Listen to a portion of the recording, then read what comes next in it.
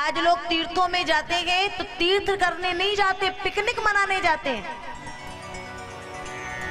आज तीर्थ कहाँ रह गए महाराज? और मुझे लगता है ये जो आपदाएं हैं, ये जो हमारे देश में, इस पृथ्वी पर आज ये विपत्तियां आ रही है, कारण यही है, हमने भगवान की कथा को मनोरंजन का साधन बना रखा है। भगवान की कथा हंसी ठिठोली की बात नहीं है, हास्य रस है, वो कभी कभी आता है, परंतु उस हास्य रस के मध्य में जो भगवान की कथा का मुख्य भाव है प्यारे, करुण भाव, जिस भाव को सुन के तुम्हारा रोम रोम पुलकित हो जाए, नेत्रों से झरझर आंसुओं की धार बह चले, समझ लेना मन के मैल को धोने के लिए गोविंद ने जल की व्यवस्था कर दी है। और यही वो सत्संग है जो लव मात्र का, पल मात्र का जो सत्संग, जो लंकनी कहती है, तात स्वर्ग अपवर्ग सुख धैर्य तुला एक अंग, और तूल न ताही सकल मिली जो सुख लव सत्संग। आज कथा में इतनी व्यवस्थाएं हैं, मंच भी है, संगीत भी है, माइक, साउंड, पांडाल, समस्त चीजें हैं।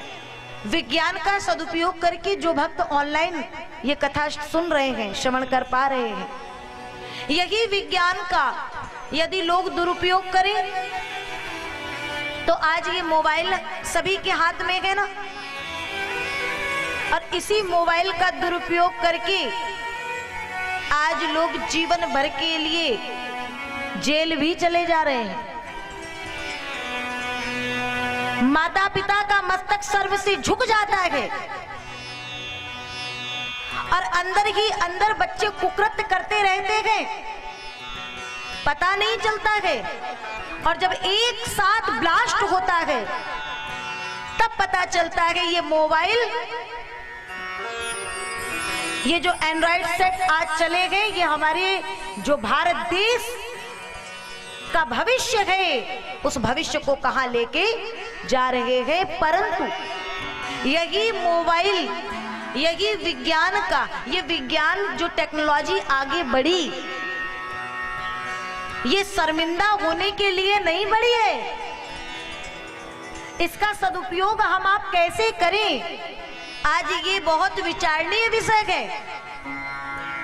आज जो भक्त सामने इस कथा को सुन रहे हैं और जो भक्त आज ऑनलाइन सुन रहे हैं, उनसे भी मैं कहना चाहूंगी, ये जितने सोशल मीडिया के प्लेटफॉर्म हैं, ये दुनिया भर के प्रपंच करने के लिए नहीं है। पहले कुछ समय पूर्व भी एक दूसरे को मनुष्य कुछ भी कहने में सकुचाता था, पहले जांचता था, परखता था, तब उस बात को कहता था। आज हम इतने, अरे स्वतंत्र भारत के स्वतंत्र नागरिक हो, परंतु इतने स्वतंत्र ना हो जाओ कि एक दिन ये स्वतंत्रता तुमसे छिन जाए। आज हम, जिसकी जो इच्छा होती है वो बोलता है, जो जिसकी जो इच्छा होती है वो करता है। भगवान कृष्ण और राधा, बहुत ध्यान से सुनिएगा, आज न जाने क्यों शायद गोविंद मुझसे ये बुलवाना चाह रहे हैं कि भगवान कृष्ण और राधा को आज लोगों ने क्या, कौन सा पात्र बना रखा है, जिन्हें कृष्ण और राधा, कृष्ण का और राधा का रा तक का ज्ञान नहीं है। वो कृष्ण और राधा के चरित्रों को बोल करके और पाश्चात्य सभ्यता से तुलना करते। तुम्हें ये हिम्मत दी किसने, तुम्हें ये शक्ति दी किसने कि हमारे आराध्य को तुम पाश्चात्य पर जोड़ करके और फिर सामने लाओ। ये हमारे देश का भविष्य, ये छोटे छोटे बच्चे, फिर हमारे युवान ये क्या सीखेंगे। ये भागवत की कथा, ये भगवान के चरित्र, ये मनोरंजन नहीं है, ये हमारे प्राण हैं, ये भागवत सुनने के लिए जो भक्त बैठे गए, ये मनोरंजन की दृष्टि से नहीं बैठते गए।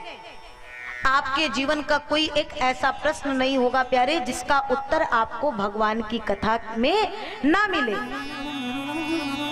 एक बार हृदय से सुन के देखो, जितने हमारे युवान भाई बहन हैं, जितनी युवा पीढ़ी है, उनसे मेरा कहना है इन चीजों का सदुपयोग करें।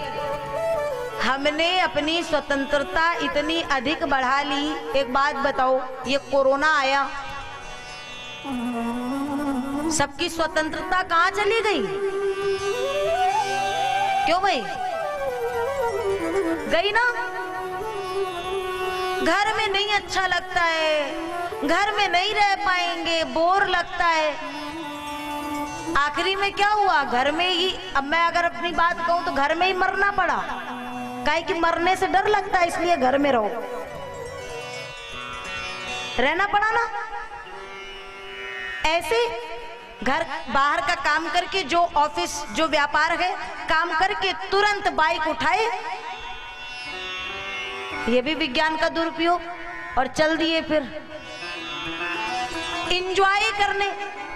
उतना करो जितना कि जिस प्रकार से भोजन में नमक की मात्रा होती है, करो जीवन में सब कुछ करो, लेकिन अधिकता इतनी ना कर दो कि एक दिन वो समस्त चीजें तुमसे छीन ली जाएं। कोरोना ने क्या क्या सिखाया? ये इतनी बड़ी आपदा आई, कितने कम से कम में हर व्यक्ति अपना अपना जीवन यापन कर सकता है। मैं देखती हूँ लोग हर हफ्ते हर महीने वस्त्र खरीदते हैं। ये जो धन लक्ष्मी है, लक्ष्मी क्या है? हमारी माँ है ना, तो माँ की हिफाजत करनी चाहिए, माँ को बहुत सहेज के रखना चाहिए। हम लक्ष्मी को ऐसे ही उड़ाते हैं। और धन्य है हमारे लोग, पहला लॉकडाउन खुला तो काहे की दुकानें खुली थी, ठीक है? और जो भीड़ लगी वहां पे आप लोगों ने देखा ही होगा, हर जगह, मतलब वो इतनी महत्वपूर्ण हो गई। अरे मेरे मन में ये विचार था कि पहला लॉकडाउन जब खुलेगा तो हमारे भक्त एक साथ जय घोष करेंगे भगवान नाम की, कृष्ण नाम की, राम नाम की। यहाँ तो और ही कुछ चल गया। ये क्या है? इसी को कहते हैं अपने देहाती भाषा में क्या, बुद्धि में पत्थर पड़ना। ये कोरोना से सीखिए। कोरोना ने हमें बताया कि कम से कम में हम कैसे जी सकते हैं। जीने के लिए खाया जाता है, खाने के लिए जिया नहीं जाता है। जिसने ये सिद्धांत अपना लिया वो बहुत कम से कम में और बहुत ऊंची सीढ़ी पर चढ़ जाएगा, फिर उसको कहीं दिक्कत परेशानी नहीं होगी। ये कोरोना का शुक्रिया अदा करना चाहिए, हम सभी को एहसान मानना चाहिए कि तुम आए तो इतनी चीजें बन गई। बहुत लोगों के प्राण भी चले गए, और वो भी गए इसीलिए क्योंकि एकदम से सब छटपटा गए।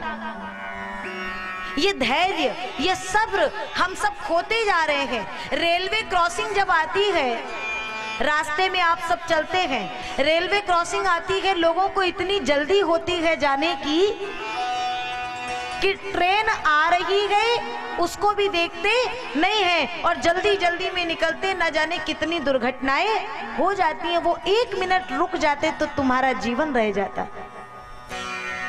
उस माँ से पूछो जिस माँ का बच्चा ऐसी किसी आपदा का शिकार हो जाता है, उसकी समस्त आशाएं, समस्त भावनाएं कहाँ चली जाती हैं?